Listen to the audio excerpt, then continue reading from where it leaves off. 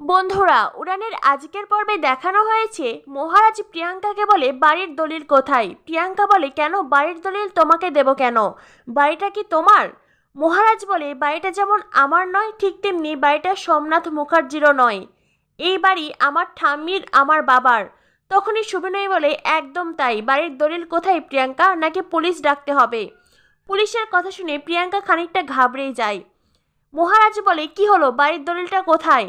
প্রিয়াঙ্কা তখন তার ব্যাগ থেকে বাড়ির দলিল বের করে। মহারাজ নিতে চাইলেই প্রিয়াঙ্কা সরিয়ে ফেলে। প্রিয়াঙ্কা মহারাজের হাতে বাড়ির দলিল না দিয়ে সোজা পূর্ণিমার হাতে তুলে দেয়। মহারাজ পূর্ণিমার হাত থেকে দলিল নিতে চাইলে পূর্ণিমা দলিল সরিয়ে ফেলে। মহারাজ বলে, কি হলো? পূর্ণিমা বলে, এই দলিল তোর দেখার কোনো প্রয়োজন নেই। মহারাজ বলে, যে দলিলটা নিচ্ছে তার দেখে নেওয়া উচিত। পূর্ণিমা বলে, আসল নকলের পার্থক্য আমি বুঝি, তোকে এই নিয়ে ভাবতে হবে না। পূজা মনে মনে ভাবতে থাকে, আপনি যতই নিজেকে জহুরি ভাবুন মা, আসলে আপনি কাঁচ আর হীরের পার্থক্য করতেই জানেন না। এরপরে প্রিয়াঙ্কা একে একে লকারের চাবি, 50,000 টাকা সবকিছু তুলে দেয়। টাকা নিয়ে তো সোমনাথ নাচতে থাকে।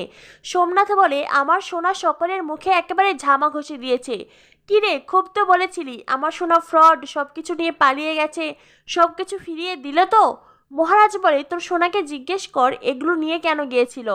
প্রিয়াঙ্কা বলে, কারণ মা এগুলো আমার কাছেই রাখতে দিয়েছিলেন, তাই এগুলো যত্ন করে রাখার দায়িত্ব আমার। পূর্ণিমার লকার থেকে চুরি করা 50,000 টাকা সোম, প্রিয়াঙ্কা তারা তো ডিস্কোতেই শেষ করেছিল। আর এই 50,000 টাকা ম্যানেজ করতে প্রিয়াঙ্কার খুব কষ্ট হয়েছে। ধার দেনা করে এনেছে, না জানি কবে পাওনাদাররা এসে এই বাড়িতেই হানা দেয়। প্রিয়াঙ্কা কথাগুলো মনে মনে ভাবছিল। পূর্ণিমা বলে, কিন্তু প্রিয়াঙ্কা তুমি কাউকে কিছু না জানিয়ে? তখনই প্রিয়াঙ্কা বলে, কারণ আমার বাবা ফোন করেছিলেন, তাই তো চটজলদি আমাকে যেতে হয়েছে। বাবা তার সব সম্পত্তি আমার নামে লিখে দিতে চান। পূর্ণিমা বলে, কিন্তু প্রিয়াঙ্কা তোমার ফোনটা অফ ছিল কেন?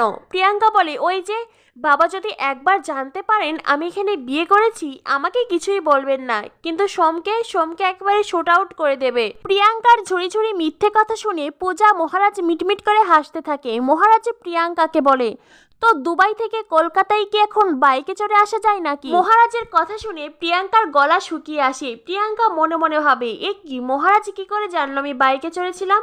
তবে কি মহারাজ আমাকে ফলো করেছে? প্রিয়াঙ্কা ওখান থেকে চলে যেতে চাইলেই মহারাজ বলে, তো দুবাই তো গিয়েছিলেন, তো সেখানকার কোনো টিকিট, পাসপোর্ট, ভিসা কিছুতে দেখান। আচ্ছা, বাকি সব কিছুর দরকার নেই, টিকিটটা দেখি। সোম বলে, এই মহারাজ তুই কিন্তু বেশি বাড়াবাড়ি করছিস, সেখান থেকে সরে যা, নইলে। মহারাজ বলে, নইলে তুই কি করবি? মহারাজ সোমকে ধাক্কা দিয়ে ফেলে দেয় আর সোম উল্টে পড়ে যায়। প্রিয়াঙ্কা বলে, সোনা তোমার কোথায় লাগলো? পূর্ণিমা মহারাজকে সপাটে চড় মারতে চাইলেই মাঝখানে পূজা চলে আসে। চরের ধাক্কায় পূজা মেঝেতে পড়ে যায়। মহারাজ বলে, পূজা তোমার কোথায় ব্যথা লাগলো? এই মিলি, জানা বরফ নিয়ে আয়। মিলি বরফ আনতে যায়। মহারাজ পূজাকে বলে, তুমি ঠিক আছো তো? তুমি কেন মাঝখানে চলে আসতে গেলে বলো তো? পূজা চোখ বড় বড় করে সোমের দিকে তাকিয়ে থাকে। মহারাজ মনে মনে ভাবে, তখন থেকে লক্ষ্য করছি একটু পরপরই পূজা দাদার দিকে তাকিয়ে আছে। তবে কি পূজা আসল সত্যি জানতে পারলো নাকি? পূজা মনে মনে ভাবতে থাকে, আমি সব সত্যি জানতে পেরেছি মিস্টার মাথা গরম, এইবার শুধু সঠিক প্রমাণের অপেক্ষা। সঠিক প্রমাণ হাতে পেলেই আমি পুরো পৃথিবীকে চিৎকার করে বলবো, তুমি নির্দোষ, তুমি কোনো অন্যায় করনি। এতদিন যার অপরাধের দায় তুমি নিজের কাঁধে নিয়ে যন্ত্রণা ভোগ করছো, আমি সেই যন্ত্রণা থেকে তোমাকে মুক্ত করব মিস্টার মাথা গরম। আমি আসল সত্যি প্রমাণ করে দেব, সকলের সামনে প্রমাণ করে দেব তুমি নির্দোষ। নির্দোষ কথাটা পূজা জোরেই বলে। শিব বলে, বন্ধু বন্ধু তুমি কি বলছো? কে নির্দোষ?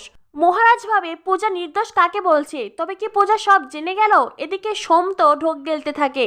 সোমের বারবার মনে হয় এই বুঝি তার মুখোশ খুলে এলো।